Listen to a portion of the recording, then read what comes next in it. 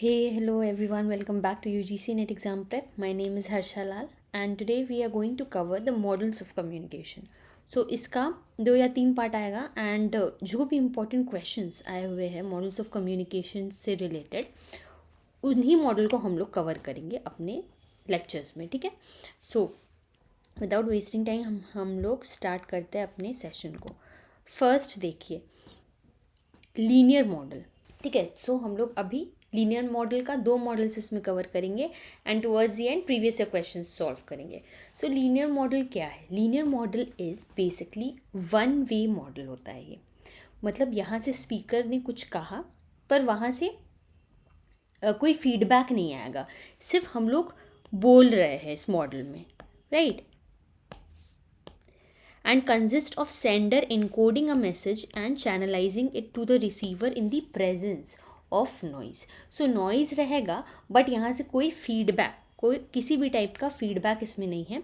ये one way है और ये किसने दिया था? एलन फिश ने ये वाला मॉडल, जो लीनियर मॉडल है ना, वो वाला दिया था। इसे ट्रांसमिशन मॉडल भी कहा जाता है। तो क्वेश्चंस आता है हमारे एग्जाम में कि फाइंड करिए ये ट्रांसमिशन मॉडल कौन सा है। लीनियर मॉडल नहीं नाम दे करके ट्रांसमिशन मॉडल, रिट्रोकल मॉडल जो होता है वो कहा जाता है ये सेम मॉडल को, ठीक है। I hope the pronunciation is right. So ठीक है। और ये वाला मॉडल कब यूज़ करते हैं, कौन लोग यूज़ करते हैं? जो स्पीकर है, पब्लिक स्पीकर है ना, जो स्पीच देते हैं, वो लोग ये वाला मॉडल को ज़्यादातर यूज़ करते हैं क्योंकि उन्हें एक पर्सन बहुत लोगों को एड्रेस कर रहा है, ठीक है। ये वाला मॉडल है। सो इसके अंडर कौन कौन सा है? नो फीडबैक, सेंडर फोकस्ड हो गया, एरिस्टोटल मॉडल इसके अंडर आता है। फिर लासवेल मॉडल हो गया, शेनॉन वीवर हो गया, बर्लो। जो मैंने कह रहा है ना कि स्पीकर जो बोल रहा है और ऑडियंस सुन रहा है, ये बेसिकली हो गया एरिस्टोटल मॉडल में होता है, ठीक है। तो हम लोग एरिस्टोटल मॉडल सबसे पहले देखेंगे। Aristotle developed a communication model focused on public speaking then interpersonal communication, ठीक है। अरिस्टोटल बोल सकते हैं या फिर अरस्तु, हिंदी में अरस्तु है इनका नाम।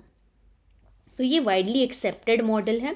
सबसे पहला मॉडल था, देखिए 300 BC, उस समय में आया हुआ मॉडल है, right. The message has to be very impressive. अब इम्प्रेसिव नहीं रहेगा तो कोई भी ऑडियंस क्यों सुनेगा? जो नेता होते हैं हम लोग के, वो अगर कुछ बोल रहे हैं हम लोग सुनेंगे क्यों? अगर कोई चीज़ इम्प्रेसिव रहेगा, उनका बोली इम्प्रेसिव रहना चाहिए, उतना डिक्टेटिव रहना चाहिए, ऑडियंस को कैप्चर करने वाला होना चाहिए, तभी तो हम लोग उनका बात सुनेंगे, वो कन्विंसिंग होना चाहिए ना। The sender must know and understand the audience well. Sender is an active participant. देखिए यहाँ सेंडर एक्टिव होता है एंड रिसीवर यहाँ पैसिव हो जाता है। ये पब्लिक स्पीकिंग सेमिनार वेमिनार में ये वाला यूज़ होता है। बेसिक एलिमेंट्स इसमें कौन कौन सा है? स्पीकर, स्पीच एंड ऑडियंस, ठीक है, ये सब आते हैं इसमें। अब देखिए यहाँ स्पीकर है जो सोर्स है, स्पीच कंटेंट आइडियाज़, और ऑडियंस है जो रिसीव करेंगे। अच्छा, इसके अंदर 3 चीज़ आते हैं, एथॉस, पैथॉस एंड लोगोस। एथॉस मतलब क्या होता है? क्रेडिटिबिलिटी या फिर एथिक्स। अगर कोई भी नेता कुछ बोल रहा है एंड उसके ऊपर हम लोग ट्रस्ट नहीं कर सकते हैं, है ना, उतना एथिक्स नहीं, उतना वैल्यू नहीं है उस नेता का, है ना, तो हम लोग क्यों ही ट्रस्ट करेंगे?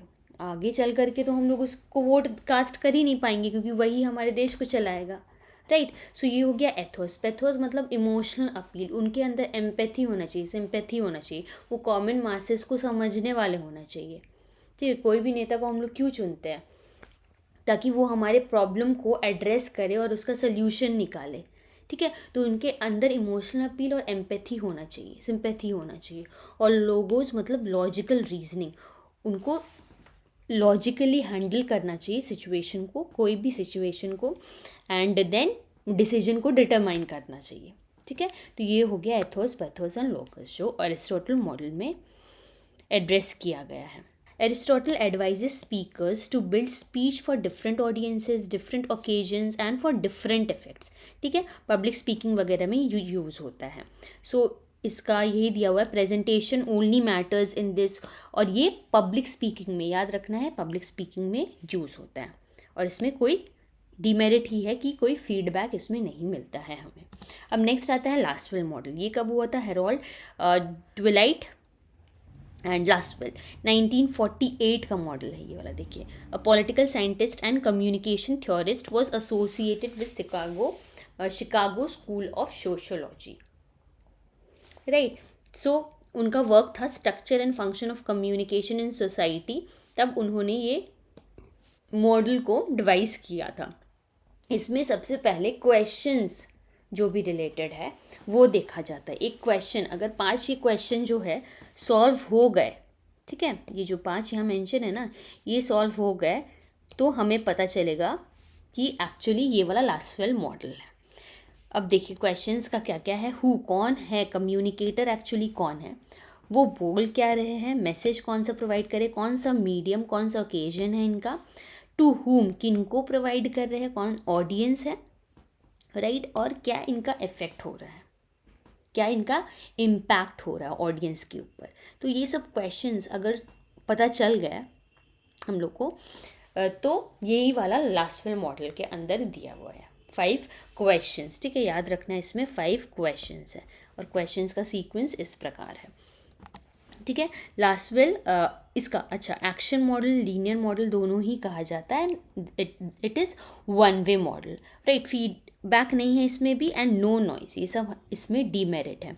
अच्छा, इसका कॉम्पोनेंट्स है हु, वही कंट्रोल एनालिसिस, ये सेंडर है, सेंडर कंट्रोल करेगा क्या कि किस इन्फॉर्मेशन को देना है और किस इन्फॉर्मेशन को प्रोवाइड नहीं करना है। सेज व्हाट, क्या कह रहे हैं, कंटेंट को एनालाइज करना कि कौन सा चैनल है ना, मीडिया किस मीडियम से हो रहा है, किस चैनल से आखिर सेंडर प्रोवाइड कर रहा है रिसीवर को कोई भी मैसेज, किनको मिल रहा है, who is the receiver, audience analysis with what effect, है ना, इफेक्ट एनालिसिस। ये फीडबैक हालांकि नहीं होता है, मीनिंग दिया हुआ है बट फीडबैक इसमें नहीं होगा। ये वाला मॉडल में लीनियर में यही याद रखना है कि यहाँ किसी भी प्रकार का फीडबैक यहाँ नहीं हो रहा है। इन दोनों मॉडल में हमने चेक कर लिया है। अब इससे रिलेटेड क्वेश्चन सॉल्व कीजिए। Identify the correct order of the elements of communication as prescribed by Aristotle. कौन कौन सा एलिमेंट्स आएगा कम्युनिकेशन का, तो इसका राइट आंसर है ना डी। देखिए सबसे पहले क्या है, स्पीकर है ना, पहला नंबर में सबसे पहले स्पीकर स्पीच देने वाला है, कौन सा ओकेजन में दे रहा है, राइट, फिर ऑडियंस कौन है उनके और उनका इफेक्ट क्या है। ओकेजन मतलब वही मीडियम हो गया या फिर किस अवसर पर वो स्पीच प्रोवाइड कर रहे हैं, ठीक है, ये हो गया, इसीलिए आंसर हमारा डी हो जाएगा। नेक्स्ट क्वेश्चन देखिए, which of the following are the main features of linear model. Linear model जो हमने पढ़ा उसका फीचर्स क्या क्या है, देखिए, try solving this out. So इसका राइट आंसर है option number D, A, D and E. तो ये वन वे है, लीनियर मॉडल जहाँ जहाँ ए है ना वही होगा, वन वे सबसे पहले, तो ये वाला में तो है ही नहीं, ठीक है, तो बचा क्या है, A and D. Use for mass communication, यही ठीक है, सेंडर होना चाहिए, सेंडर सेंटर्ड ही है ये कम्युनिकेशन, ठीक है, रिसीवर सेंटर्ड नहीं है। और फीडबैक का तो इसमें स्कोप ही नहीं है, लीनियर मॉडल में डिस्टॉर्टेड फीडबैक का तो स्कोप ही नहीं है, तो बी वाला भी हट ही जाएगा। तो कैंसिल आउट मेथड से भी अगर हम लोग करेंगे तो भी यही वाला आंसर डी हमारा आंसर राइट हो जाएगा। नेक्स्ट क्वेश्चन देखिए, what does the behaviourist model of communication emphasises on. अच्छा, अब बिहेवियरलिस्ट मॉडल क्या था हमारा, जो BF स्किनर वाला, रैट को जो स्टिमुलस रिस्पॉन्स वाला जो था, जो हमने पहले पढ़ा हुआ है टीचिंग का लेक्चर में हमने स्टडी किया हुआ है BF स्किनर का मॉडल। सो स्टिमुलस और रिस्पॉन्स का जो रिलेशनशिप है ना उसमें, कि हम लोग कुछ स्टिमुलस देंगे, हम लोग प्रोवाइड कर रहे हैं खाना, तब फिर रैट क्या कर रहा है, उसको आकर के खा रहा है। हम लोग इलेक्ट्रिसिटी, अगर उसको कुछ पनिशमेंट दे दिए तो वो काम दोबारा नहीं करेगा, यही था स्टिमुलस रिस्पॉन्स वाला। सो उसी से रिलेटेड है ये वाला मॉडल।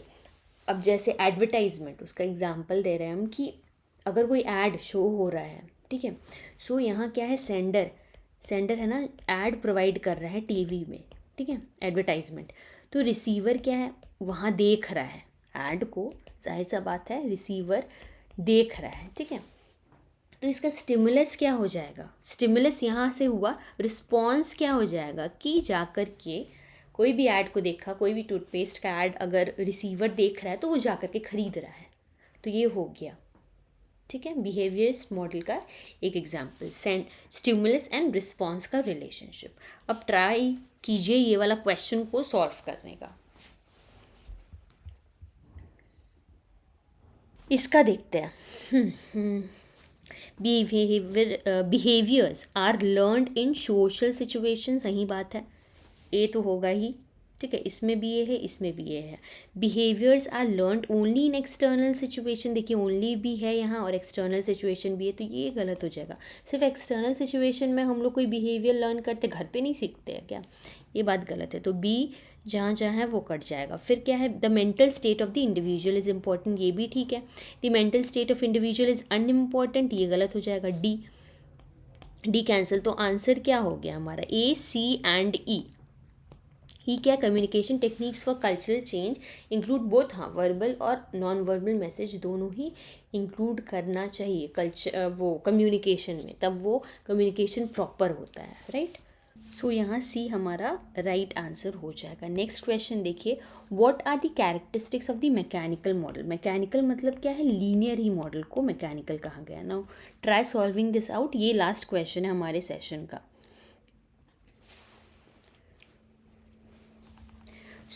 देखिए ये वाला क्या है, वन वे फ्लो है, वन टू मैनी, ये दोनों ही आंसर ठीक है। बी, सी ये ठीक है। मल्टी वे तो नहीं है, तो ए कटा। देन एक्टिव ऑडियंस नहीं, यहाँ क्या होता है, पैसिव, राइट, पैसिव होता है, तो ये वाला भी नहीं होगा। ई भी नहीं होगा, ई भी काट देते हैं हम, ई कटा। तो लास्ट में क्या है, B, C and D. Anonymity वही, सभी लोगों को मैसेज प्रोवाइड करना, कोई सेग्रीगेशन नहीं होना कि आपको प्रोवाइड करेंगे आपको नहीं प्रोवाइड करेंगे, ये नहीं होता है। ठीक है, सो यही हमारा बी जो है आंसर वो राइट हो जाएगा। सो यही है आज का हमारा सेशन। हम लोग फिर मिलते हैं नेक्स्ट लेक्चर में। Till then take care and keep revising जो भी पढ़ाया जा रहा है। एंड कोई भी क्वेश्चन हो, कोई भी डाउट हो, पूछ लीजिएगा कमेंट में।